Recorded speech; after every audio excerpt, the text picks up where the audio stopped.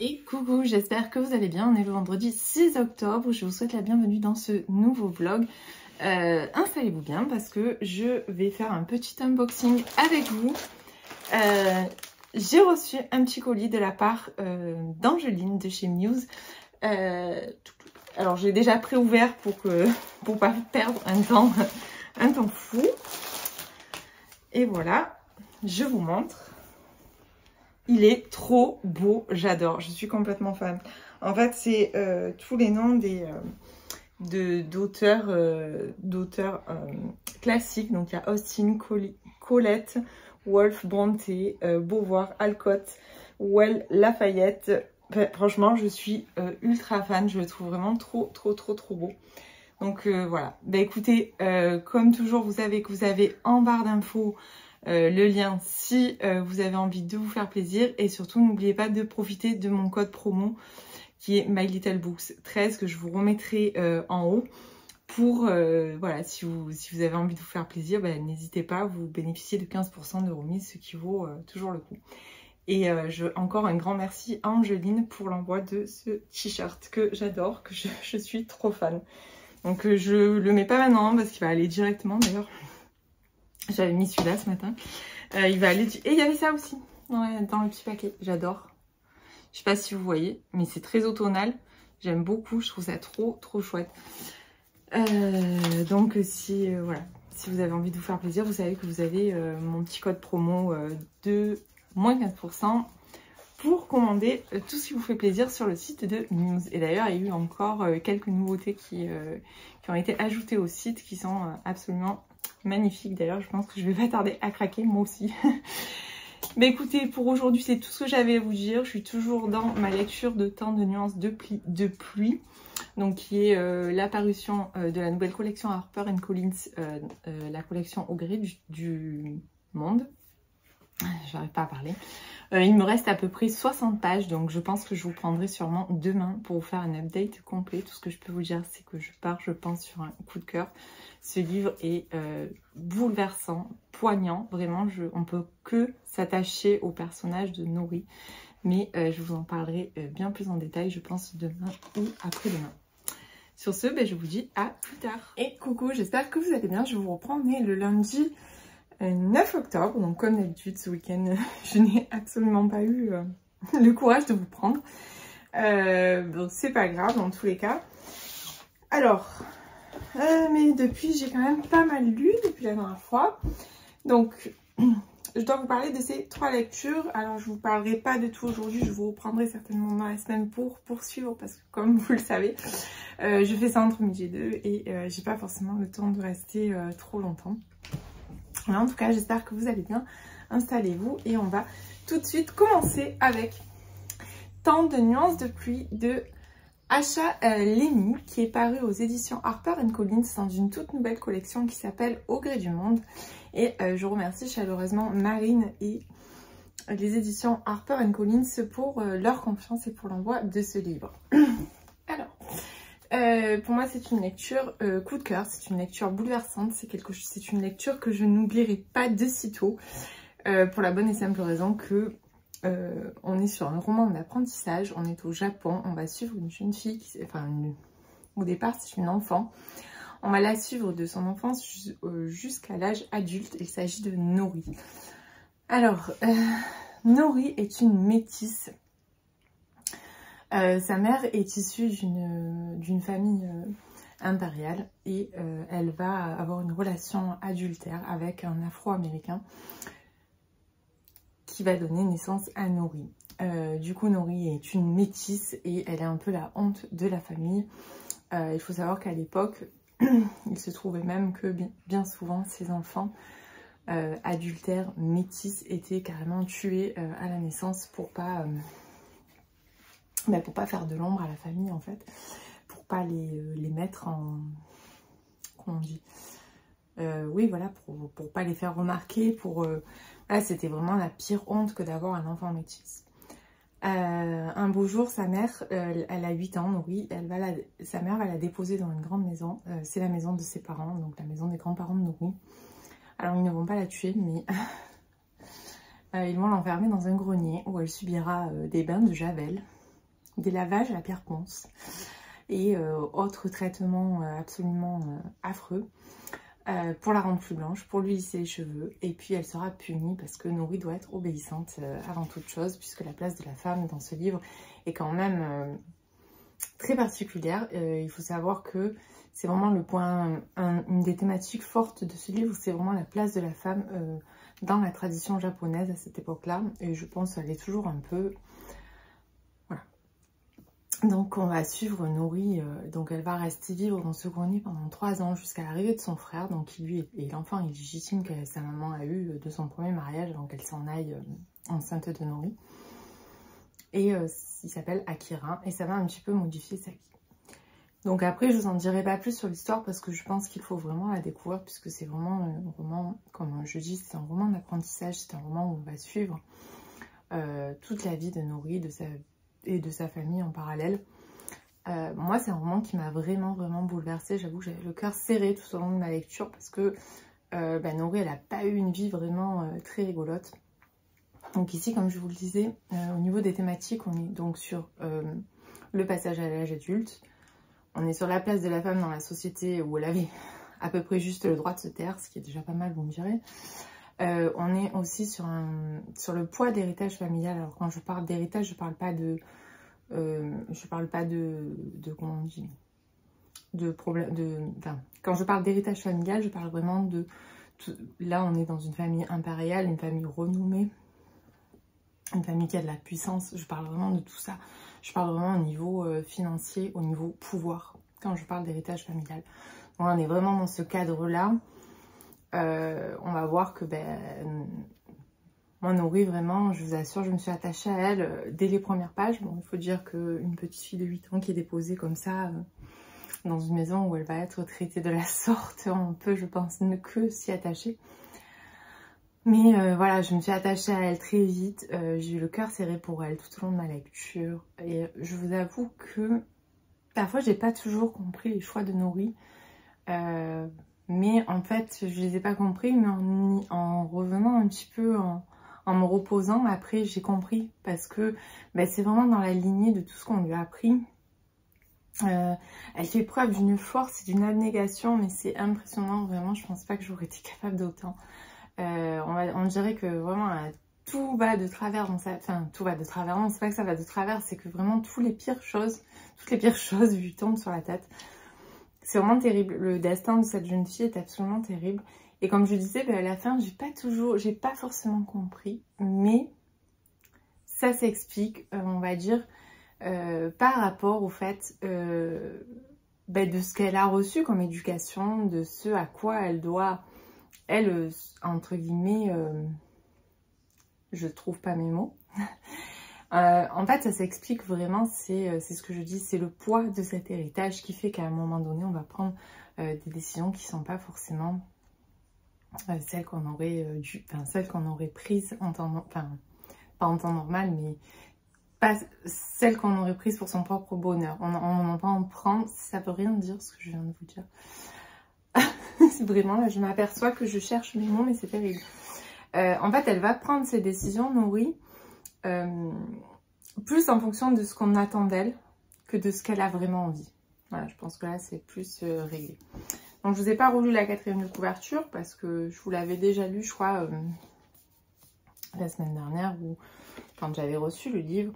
Mais je vous ai quand même résumé sans trop rentrer dans les détails parce que je pense qu'il faut le lire, il faut le découvrir, il faut rentrer. Donc il est construit, il y a 4 parties me semble-t-il, si je vous dis pas de bêtises. On va suivre 4 parties. Il me semble qu'il y a 4 parties dans le livre. Bon, c'est quand même une belle petite... mais ça se lit très bien. Oui, c'est ça, non. 4 parties, voilà. Donc il y a 4 parties qui quelque part sont un peu des étapes de vie à chaque fois. De Nourri, je ne vais pas rentrer dans les détails parce que voilà, je pense qu'il faut vraiment que vous le lisiez. Une chose est sûre, c'est que la traduction, elle est vraiment très réussie. La plume est fluide, on le lit très vite, même si... alors moi j'ai mis... mercredi, jeudi, j'ai mis 3 soirs pour le lire, parce que bon, forcément je travaille la journée, donc c'est vrai que je lis que le soir, donc j'ai pas forcément toujours le temps de lire autant que je voudrais. Mais voilà, on on est embarqué, moi j'ai été embarquée dès les premières pages. J'ai vraiment accroché avec la plume, avec l'histoire, avec tout. Voilà, ce roman, je sais que je l'oublierai pas. Je sais que ça va rester là un moment qui me travaille et j'y pense encore. Je pense encore à Nori parce que vraiment ça m'a... Voilà, c'est... voilà. Donc juste une chose que j'ai pas dite, c'est que donc on est en 1948, donc après-guerre. Donc le côté métissage de Nori avec un afro-américain est d'autant plus impactant dans le sens où à l'époque le Japon était sous domination, pas domination, mais sous occupation américaine.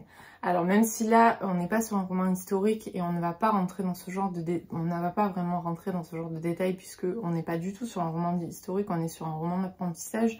Mais voilà, pour situer, moi j'aime toujours me situer quand même dans l'histoire, voilà, donc pour vous situer, c'est un peu ça. En tout cas, je vous le conseille, vraiment, si vous aimez ce genre de roman, je vous le conseille. Et c'était très intéressant, justement, qu'il se passe au Japon et de découvrir un petit peu la tradition japonaise.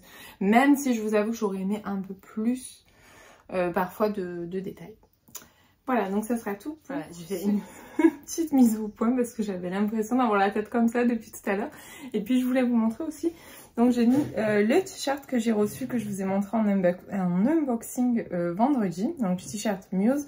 Bien évidemment, vous avez toujours mon code promo qui est en barre d'infos. Donc aujourd'hui j'ai mis avec un jean noir tout simple. Je suis complètement voilà. Donc je mets voilà et j'ai une petite veste de blazer dessus et j'aime beaucoup. Je trouve que ça passe vraiment partout.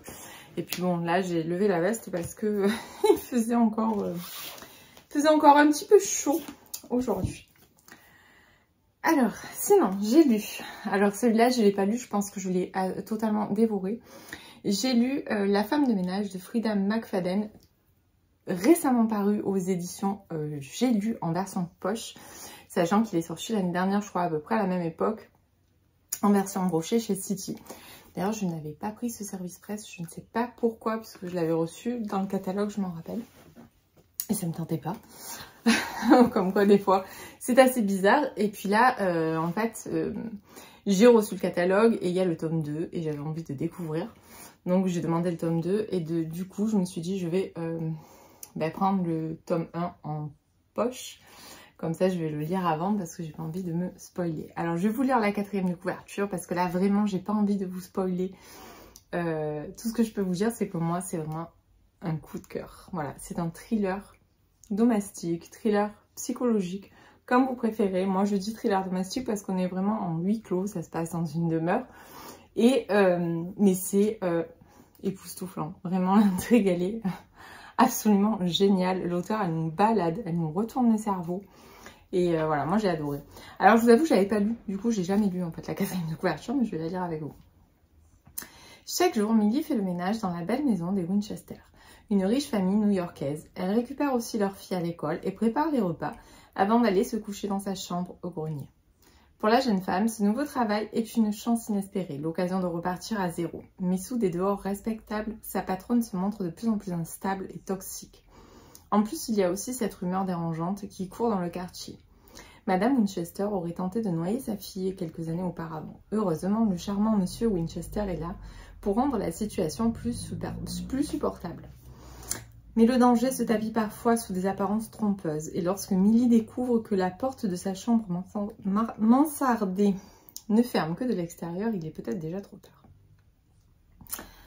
Donc Millie, alors ça je peux vous le dire parce qu'on le sait assez rapidement. Donc Millie en fait, c'est une jeune femme qui doit avoir je pense à peu près un peu moins de 30 ans, d'après ce que j'ai capté. Elle sort de prison. Elle a fait 10 ans de prison pour un crime dont je ne vous parlerai pas. Donc elle a fait 10 ans de prison, elle sort, donc elle est en liberté conditionnelle. Et elle doit se présenter chaque semaine ou chaque mois, je sais plus. Enfin, bon. Sauf que là, elle a perdu son travail. Donc elle avait un travail de serveuse qu'elle a perdu. Elle vit dans sa voiture parce que du coup, elle n'a plus les moyens de se payer son appartement. Et elle va postuler au poste donc de femme de ménage auprès de Madame Winchester. Mais voilà, sans grande conviction. Puis au final, elle va être prise, comme vous en doutez. Et là, elle va rentrer dans cette maison avec cette femme qui va lui paraître, qui au départ lui paraissait absolument sympathique et qui va lui paraître de plus en plus bizarre, alors que son mari, lui, est plutôt gentil, plein d'argent et plutôt beau garçon. Et il y a aussi la petite Cecilia, donc qui est la fille, donc qui est leur fille, mais Cecilia aussi, hein, franchement, moi j'ai eu beaucoup de mal. On aurait dit que c'était un petit peu une tête à claque, Cecilia. Mais enfin bon, voilà, donc elle va rentrer dans cette famille, elle va faire le ménage, enfin ça va se passer quand même pas mal de choses. Et puis voilà, je ne vous en dirai pas plus, parce que vraiment là, j'ai très peur de vous spoiler.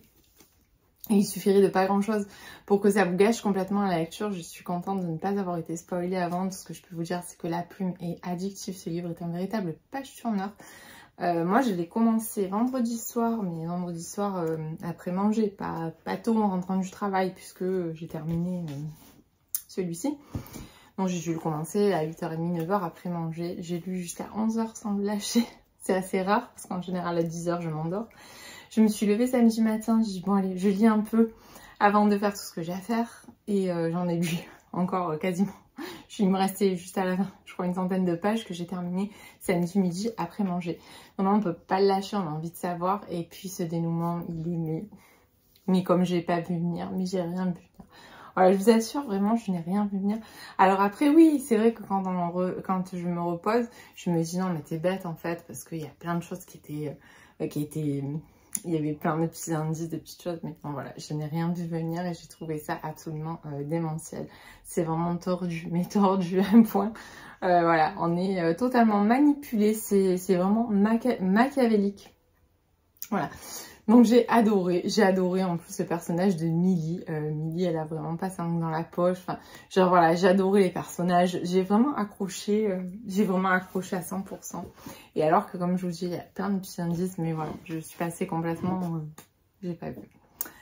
Donc bah écoutez, pour aujourd'hui, je vais m'arrêter là. Et dans tous les cas, je vous reprendrai demain pour vous parler du dernier Donato Carrisi. Vous le savez, non, vous le savez pas, puisque je n'avais pas encore ma chaîne à l'époque, mais voilà, je suis une fan inconditionnelle de Donato Carrisi depuis que je l'ai découvert avec Le Chuchoteur. J'adore cet auteur, vraiment, je l'adore. J'aime sa plume, j'aime beaucoup de choses. Donc voilà, je vous en parlerai, je pense, demain ou plus tard, après-demain. Sinon, ce soir, je vais commencer Les Heures hostiles de Carole Desclers aux éditions Erol, que je remercie chaleureusement pour l'envoi de ce roman. Donc, j'ai lu le tome 1 l'année dernière en mois de février, il me semble. Oui, c'est ça, je crois, au mois de février. Et j'ai très hâte de reprendre ce tome 2 pour savoir comment vont Pauline et Nathalie. Mais je vous en reparle, bien évidemment, quand j'aurai un petit peu avancé sur ma lecture. Sur ce, je vous laisse et je vous dis à plus tard. Et coucou, j'espère que vous allez bien. On est le mercredi 11 octobre. Et moi, je vais vous reprendre puisque je devais vous parler de ce livre donc, qui est La Maison aux Lumières de Donato Carrisi, paru le 4 octobre aux éditions Calman Levy. Donc, pour l'instant, c'est le troisième d'une série avec comme personnage central Pietro Gerbert. Je crois que c'est ça, oui, Pietro Gerbert. Alors, Pietro Gerbert est un psychologue qui fait appel à l'hypnose. Et il s'occupe essentiellement des enfants, d'où son surnom l'endormeur d'enfants, comme était son père. Son père exerçait la même profession.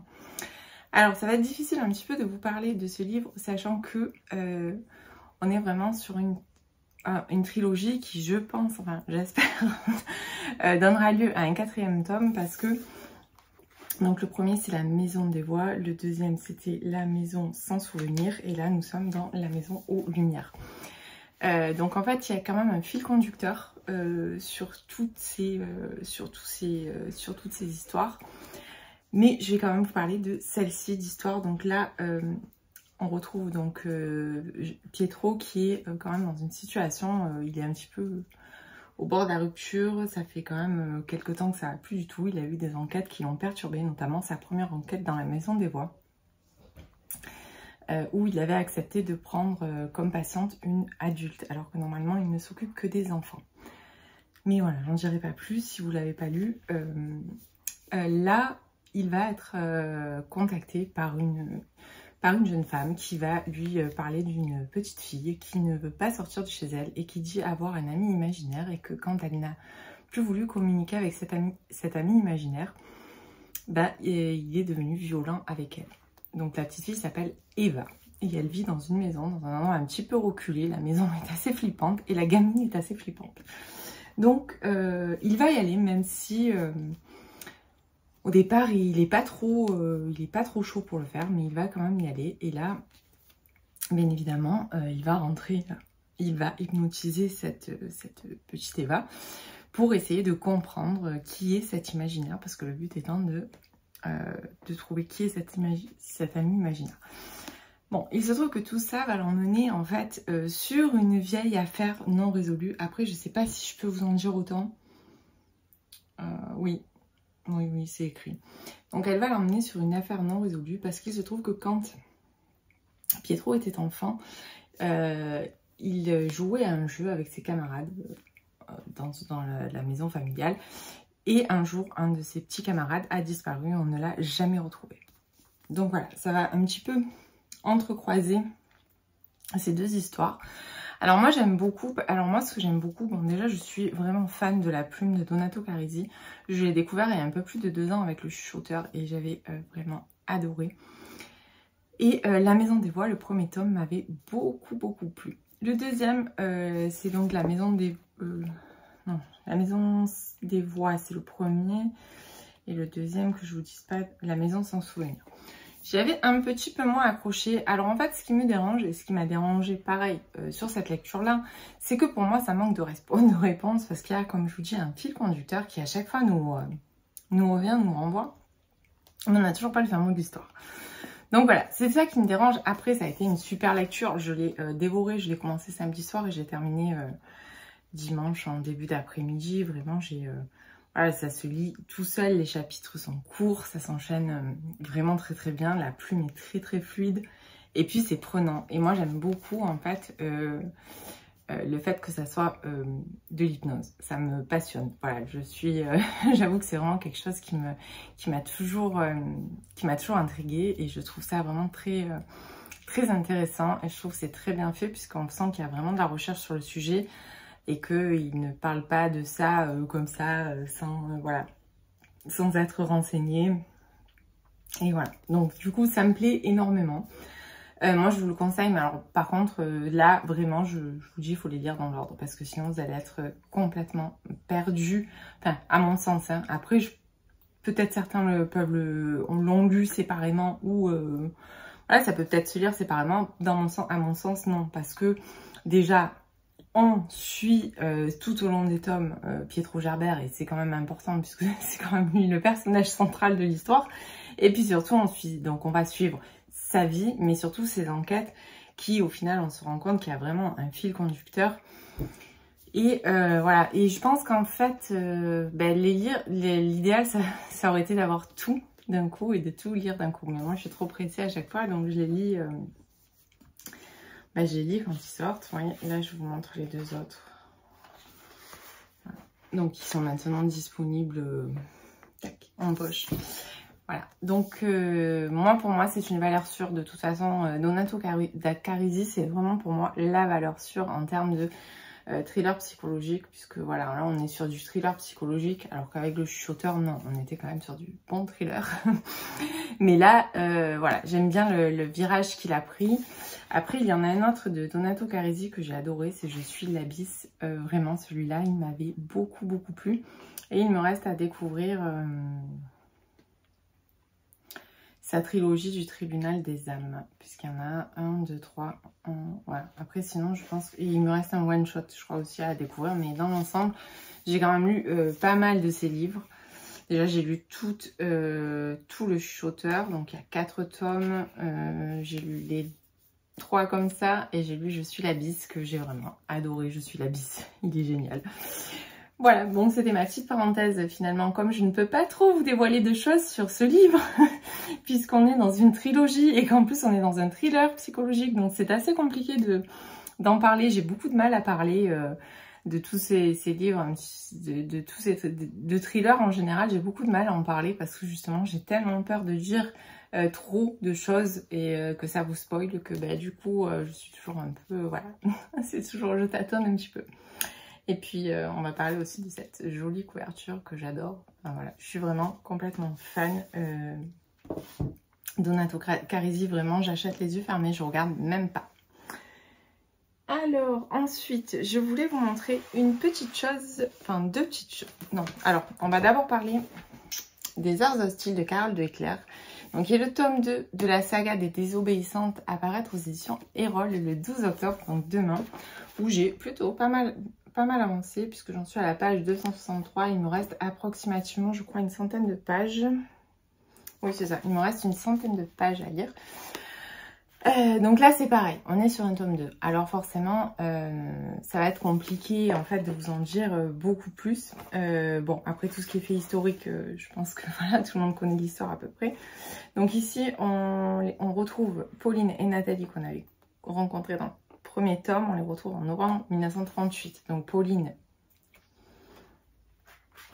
et Nathalie sont 2 amies depuis d'autres années. Elles vivent à Paris, mais évidemment dans le tome 1 il se passe pas mal de choses que je ne peux pas vous dévoiler parce que sinon vous allez perdre forcément quelque chose. Et là bien évidemment les taux se resserrent puisqu'on va rentrer dans la Deuxième Guerre mondiale, c'est quasi inévitable. Et bon, on le sait hein, de toute façon puisque nous on connaît l'histoire, mais là elle pensait que quand même ils allaient pouvoir arriver à éviter ça. Donc là, moi, je suis dans la 2e partie, puisqu'apparemment, le livre, il n'y a que 2 parties. Ouais. Je suis dans la 2e partie, donc, où on démarre, où on est dans la guerre, en fait.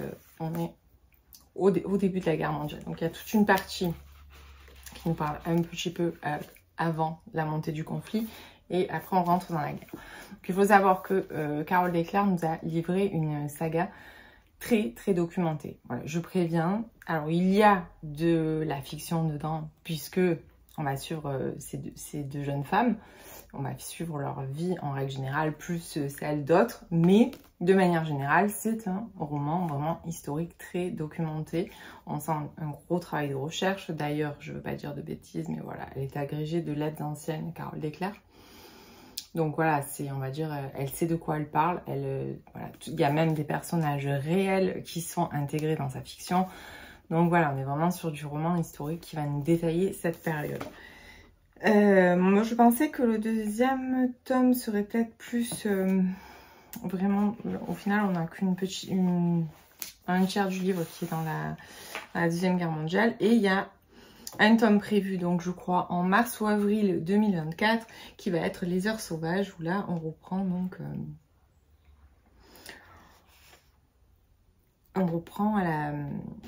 là où ça s'arrête en fait. Voilà. Bon, je sais pas si c'était très très clair.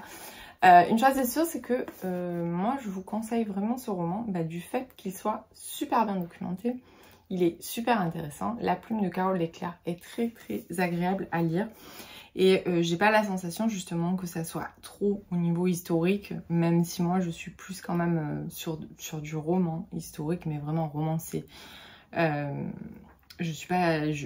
lis pas vraiment des essais ou des choses comme ça, je n'aime pas ça, je n'adhère pas. Et là, ça passe très très bien, donc c'est très bien documenté, on est vraiment dans le conflit, elle nous explique bien le conflit, elle nous explique bien comment ça part. Elle parle des hommes politiques de l'époque. Enfin voilà, franchement, je trouve que j'aime beaucoup cette saga. Alors là, j'attends. Voilà, je vous en reparlerai un petit peu quand même parce qu'il me reste quand même 100 pages et je veux voir un petit peu ce qui va se passer. Mais encore une fois, il m'est difficile de vous parler de Pauline et de Nathalie parce que je vais forcément vous spoiler des choses si vous avez encore jamais lu le tome 1. Voilà, alors attendez, je vais chercher ce qui me manque et je reviens. Alors, vous l'avez sûrement vu passer sur de nombreux comptes puisque beaucoup l'ont reçu en service presse. Moi, je l'avais vu passer et j'ai craqué littéralement. Donc, je me suis commandé, c'est la romance de Noël, la romance de l'Avent de Noël de Sophie Jomain. Qui est paru aux éditions Ozu. C'est Un cœur pour Noël. Et l'originalité, c'est que chaque chapitre est scellé Donc en fait, le but étant, bien évidemment, de lire un chapitre par jour pendant toute la période de l'Avent, comme un calendrier de l'Avent. J'ai trouvé l'idée tellement originale. Déjà, l'objet livre, il est absolument trop beau. Et voilà, moi j'avais vraiment très envie de le découvrir, donc voilà, j'ai succombé pour cette romance de Noël. Alors j'en ai pris d'autres, mais pour l'instant je ne vous les montre pas, je voulais juste vous montrer celui-là. Surtout qu'apparemment il va être sous peu en rupture de stock, donc si certains sont intéressés et ont envie de l'avoir, bah, c'est maintenant que j'avais. Voilà, donc c'est pour ça que je vous le montre. Après je pense que je ferai une vidéo certainement sur les romances de Noël. Je ne sais pas si je vous l'ai déjà dit, mais j'adore ça, les romances de Noël, c'est vraiment mon truc. Et c'est vraiment mon péché mignon de la fin d'année. Et en général, je commence en novembre à en lire au moins un par semaine. Et comme ça, je peux vous en parler. Et voilà, bon, enfin, petite parenthèse terminée. Sinon, j'ai également, je me suis également acheté les 3 dahlias. Donc, Meurtre à Aldemer House de Cathy Watson, paru récemment aux éditions Cherche Midi. Donc c'est une nouvelle série de Cozy Mystery. Vous allez me dire, avec toutes celles que tu as en cours, tu en commences encore une autre? Ben oui. Voilà, donc il paraît que celle-ci est quand même très proche de enfin ça ressemble vraiment à la construction d'Agatha Christie. On est vraiment dans cette ambiance-là et c'est pour ça que j'ai succombé. Alors, j'ai vu depuis pas mal de retours où quand même il y a beaucoup de gens qui ont dit qu'il y avait quelques longueurs, que le livre souffrait quand même de quelques longueurs. Alors, ça m'a un petit peu refroidi parce qu'il fait quand même plus de 500 pages. Donc, voilà, s'il y a des longueurs, ça me fait un peu peur. Donc, voilà, je vois qu'en début, il y a des plans. Il y a carrément les plans du manoir. C'est assez sympa. Voilà, il y a des plans. Donc voilà, je vous en reparle très vite parce que j'ai pour objectif de le lire avant octobre, novembre, on va dire, mais avant la fin de l'année, ça c'est sûr. Et j'ai également craqué pour La Maison au Sortilège d'Emilia Hart, paru aux éditions Les Escales. Donc là, on est sur une histoire, je vais vous lire la 4e couverture. 3 femmes extraordinaires séparées par 4 siècles. Un roman captivant sur la puissance des femmes et le pouvoir de la nature. 2019. Kate fuit Londres pour se réfugier dans une maison délabrée dont elle a hérité, avec son lierre dégringolant et son jardin envahi par les mauvaises herbes. Ce havre de paix la protège de son compagnon violent. Kate sent toutefois qu'un secret s'y tapit. 1942, alors que la Seconde Guerre mondiale fait rage, Violette est cloîtrée dans le grand domaine familial. Étouffée par les conventions sociales, elle vit avec le souvenir de sa mère, dont il ne lui reste qu'un mystérieux médaillon et une inscription étrange sur le mur de sa chambre. 1619, Atla connaît les secrets des plantes, savoir ancestral transmis de mère en fille. Nombreux sont les villageois à venir lui demander de l'aide. Pourtant, quand un fermier meurt piétiné par son troupeau, tous la pointent du doigt et l'accusent de sorcellerie. Voilà, c'est le genre d'histoire qui me plaît énormément. La couverture est absolument... Je sais pas si vous arrivez... Est-ce que j'arrive à le... Oh là là, voilà. La couverture, elle est absolument magnifique. Et ça, c'est vraiment le genre de livre qui m'embarque complètement. Donc ça, c'est vraiment 2 lectures. Je vous les montre parce que c'est 2 lectures que je pense que je vais lire là prochainement. J'aimerais dans l'idéal les lire avant la fin du mois. Voilà, mais j'en ai encore quelques-unes à traiter avant la fin du mois aussi. Donc c'est un peu compliqué. Mais voilà. Bah, écoutez, pour aujourd'hui, ça sera tout et je vous dis à plus tard. Et coucou, j'espère que vous allez bien. Je vous reprends, on est le jeudi 12 octobre. Donc je vous reprends parce que hier soir, hop, il n'y a rien qui est droit encore. Parce que hier soir, j'ai terminé les heures hostiles de Carole Desclers, je vais y arriver. Donc qui est le tome 2 de la saga des Désobéissantes, à paraître ce jour, donc le jeudi 12 octobre, aux éditions Erol. Donc j'en ai profité pour prendre en même temps le tome 1 parce que vraiment c'est une saga et là il faut vraiment les lire dans l'ordre parce que sinon ça n'a aucun intérêt à mon sens. Bon, après c'est vrai que je vous dis souvent ça et je vous dis ça à chaque fois, mais là vraiment on est sur une suite quoi. Donc voilà, il s'en vaut, hein. J'aime trop ces couleurs. Donc je l'ai terminé hier, donc on est vraiment sur une saga historique qui allie en même temps des faits historiques très précis et c'est un livre qui est très documenté, c'est ce que j'aime beaucoup dans pardon. C'est ce que j'aime beaucoup dans les livres de Carole Desclers, c'est que on sent qu'il y a un gros travail de recherche, que c'est très documenté. On allie aussi de la romance avec les histoires de Pauline et Nathalie, mais surtout une belle amitié assez indéfectible entre ces deux jeunes femmes. Puisque oui, maintenant on peut parler de jeunes femmes. Et dans ce tome-là, elles vont devoir laisser derrière elles les heures insouciantes parce que, bah, ça y est, la guerre approche. On est vraiment aux portes de la guerre. Il y a vraiment plus de doute. L'étau s'est resserré. Et donc on va assister un petit peu... donc, je vous avais dit, je crois, il y a à peu près un tiers. Puisque la guerre commence là. Alors attendez, tac. Voilà. On est à peu près... voilà. Sur 2 tiers, 1 tiers. Donc on va assister... voilà, je vous dévoile rien de fou, puisque dans tous les cas, c'est des faits historiques. Mais on va assister donc à l'exode qu'a connu Paris au moment où la guerre s'est déclenchée, puisque tout le monde a fui la capitale, puisqu'après nous avons retrouvé un Paris occupé par les Allemands, puisque Paris n'était pas en zone libre, mais en zone occupée. Pour être en zone libre, il fallait aller dans le sud, donc au moment où le maréchal Pétain a pris le pouvoir. Donc voilà, on va suivre un petit peu tout ça dans cette dernière partie. On suit essentiellement aussi la vie en fait de Pauline et de Nathalie. Ça, je ne vous en parle pas parce que sinon je vais trop vous dévoiler et je vais trop vous spoiler et j'ai pas du tout envie, c'est pas le but. Mais moi, ce que je peux vous dire, c'est que vraiment, je vous recommande. Alors, vous allez me dire, oui, mais tu as vu tous les livres qui sortent sur cette période-là? Je pense que le sujet, il a été plus qu'exploité. Oui, je suis d'accord, c'est vrai. Il y a beaucoup de livres qui sortent sur la Deuxième Guerre mondiale. Mais celui-ci a quand même un côté où le contexte historique, déjà, on assiste en fait à la montée du conflit et on va comprendre pas mal de choses au niveau politique. Donc déjà ça, j'ai trouvé ça très intéressant. Deuxièmement, on est à cheval entre Paris et Berlin. Je ne vous dis pas pourquoi, mais on est à cheval quand même entre Paris et Berlin. Alors même si c'est pas ultra détaillé, mais on a quand même un petit peu ce problème entre les deux. Et voilà, le fait qu'il soit aussi bien documenté, moi j'adore en fait, parce que c'est ultra intéressant, parce qu'on ne sait pas forcément, mais attention, hein, on n'est pas dans une cour d'histoire non plus, hein.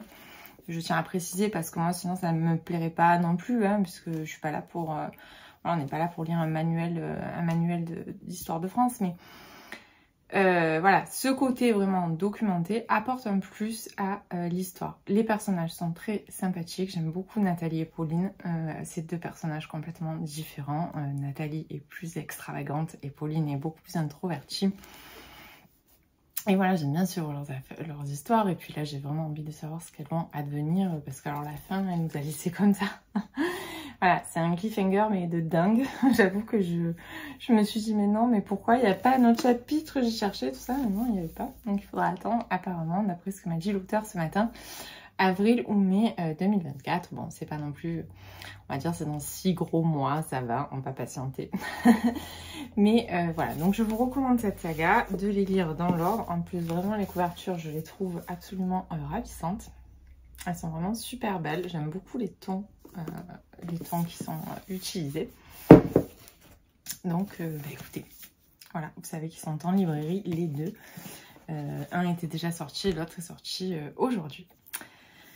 Ben voilà, sur ça, moi je vais clôturer ce vlog. Je vous avoue, j'ai pas encore choisi ma prochaine lecture, puisque j'ai terminé celui-ci hier soir avant d'aller me coucher. Donc voilà, j'étais un petit peu ralentie ces 2 derniers jours, parce que j'ai eu une grosse migraine. Bon, je sais, vous vous en foutez, mais voilà, c'est ce qui fait que j'ai un petit peu traîné là sur la fin, parce que voilà, j'arrivais pas à avancer, j'avais vraiment très mal à la tête. Et donc j'ai pas encore choisi ma nouvelle lecture. Je verrai ce soir quand je termine le travail ce qui me fait le plus envie dans ma palle, ce que j'ai envie de lire. Bah écoutez, j'espère quand même que ce vlog vous aura plu. N'hésitez pas à me laisser un petit commentaire ou à vous abonner. Vous savez que ça me fait toujours extrêmement plaisir de discuter avec vous et d'avoir vos ressentis sur tout ce que je vous ai raconté. De me dire si vous avez eu des idées lecture, s'il y a des livres qui vous tentent, s'il y en a certains que vous avez déjà lus, que vous ayez aimé ou pas. Donc voilà, je suis toujours très heureuse de pouvoir partager avec vous. Et je vous dis dans tous les cas, à la semaine prochaine.